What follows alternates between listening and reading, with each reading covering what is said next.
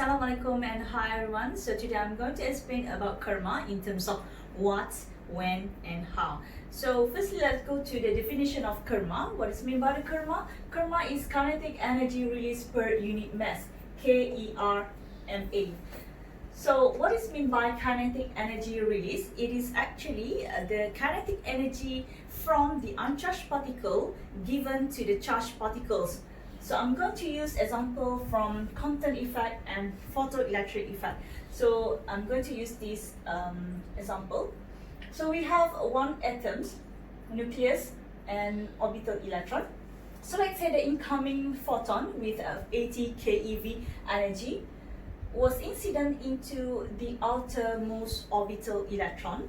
So it transferred part of its energy to this orbital electron, then it was scattered at certain angle with the energy of 40 keV.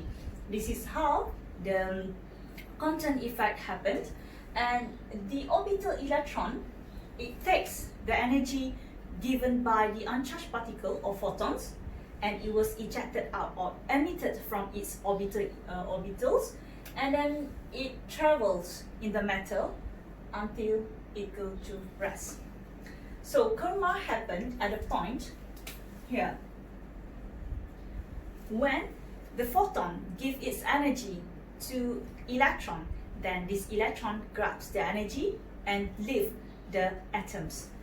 The energy by the electron is kinetic energy, is used for ionization and excitation process, and also in the middle of its traveling, it also emits the Bremsstrahlung.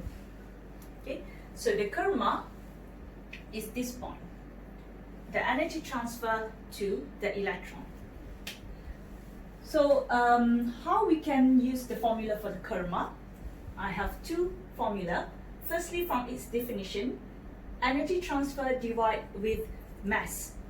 Okay, dE transfer over d mass, and its units is joule per coulomb kg. Another one, you also can use a formula coming from radiation quantity, which is the energy fluence times the mass energy transfer.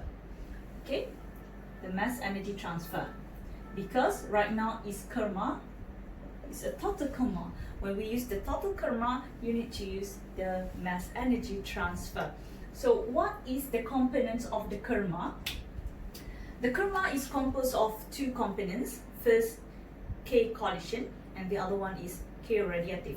What is meant by K collision? K collision is actually the production of electron via ionization through the process of Coulomb force with the atomic electron.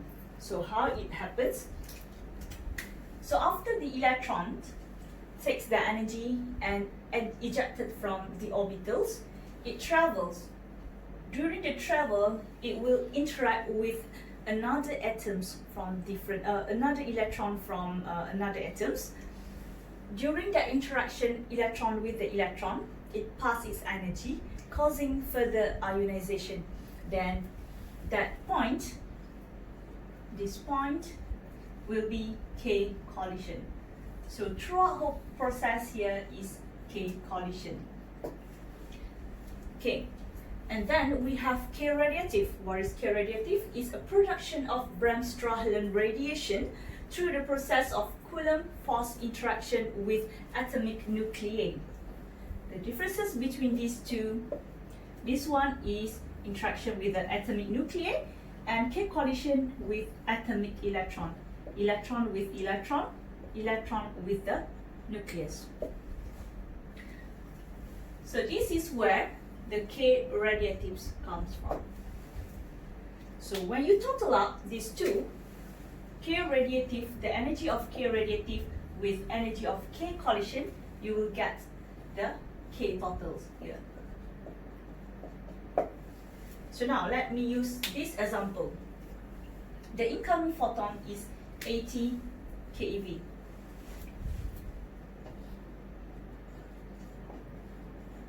And then it transfers its energy to the electron, okay, and then scattered with an energy 80 keV. So the electron, energy of electron will be 80 minus 40. Then we will have 40 keV. This is kinetic energy for the record electron. Then it used 40 energy for two processes, for collision process and also for radiative process. So for radiative process, it used about 10 keV. Okay, so radiative and collision. Radiative, it takes 10 keV. So for collision, 30 keV. If you sum up these two, you will get back 40 keV. So the energy that being used for K collision is equals to 30 keV.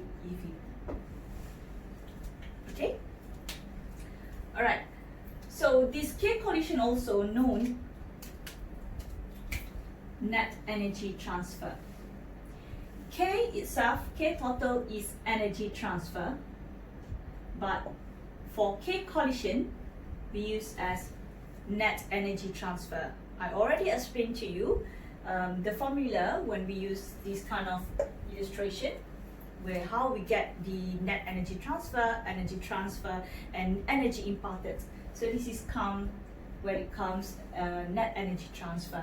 So net energy transfer, you can get the K collision via the formula. K collision equals to energy fluence times mass energy absorption divided with the density. Okay. So if you compare between the K collision with the K Kerma, K collision with the total Kerma is used energy transfer, mass energy transfer, and K collision is using mass energy absorption. Why? Because K collision, you have to exclude the radiative fraction. That is why we are using mass energy absorption. It only takes the absorption energy. Alright. What else I'm going to explain? I have two different interaction, Compton effect and photoelectric effect. So if, let's say, for photoelectric effect, the incoming photon 40 keV interact with innermost electron, okay, and it transfer all of its energy to the innermost electron. This electron will have enough energy to be kicked out from the orbitals and travel, causing further ionization. Okay, and also it can produce the Bremsstrahlung radiation. So this one is photoelectron projectile, and for Compton effect is record electron projectile. So we can have Kerma at different interaction process, Compton effect and photoelectric effect. But if, let's say, the incoming radiation is electron, what about the Kerma? When interaction by electron, there is no energy transfer, because energy transfer is only coming from uncharged particle to charged particles. Remember, Kerma is only from uncharged particle to liberated charged particle from its orbital, whereby for absorbed dose later on, it is energy imparted divided with the mass, and it only counted for those absorption within the volume. If energy was transferred outside the volume, we cannot take this measurement for absorbed dose.